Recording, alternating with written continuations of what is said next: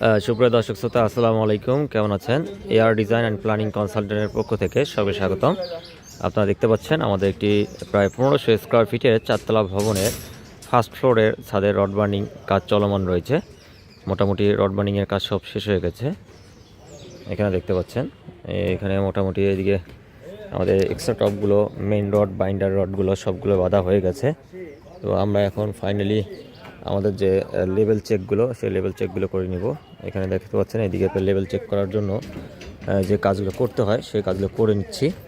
Firstly আপনারা যখন কোনো ছাদের রড বার্নিং শেষ হয়ে যাওয়ার পরেই লেভেলিং চেক করতে হবে। সেই লেভেলিং চেক করার জন্য অবশ্যই এরকম করে যে লেভেল দেওয়া আছে সেই লেভেলে সুতা সবদিকে বেঁধে নিতে হবে এবং সুতা বাঁধা হয়ে যাওয়ার পরেই তারপরে প্রত্যেকটা লেভেল চেক দিতে হবে, কত ফিট আপ করে দেওয়া রয়েছে সেখান থেকেই সবগুলো মেপে দেখতে হবে যে আপনার লেভেল সব ঠিক আছে কিনা।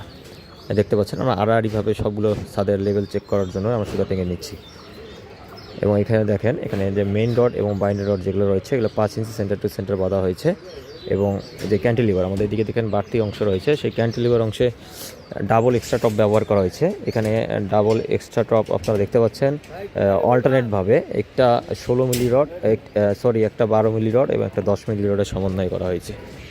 মানে যেহেতু আমাদের এক্সট্রা টপ এখানে ক্যান্টিলিভার একটু বেশি রয়েছে, তো এখানে ডাবল এক্সট্রা টপের মধ্যে আমরা প্রায় 12 মিলি রড ব্যবহার করেছি।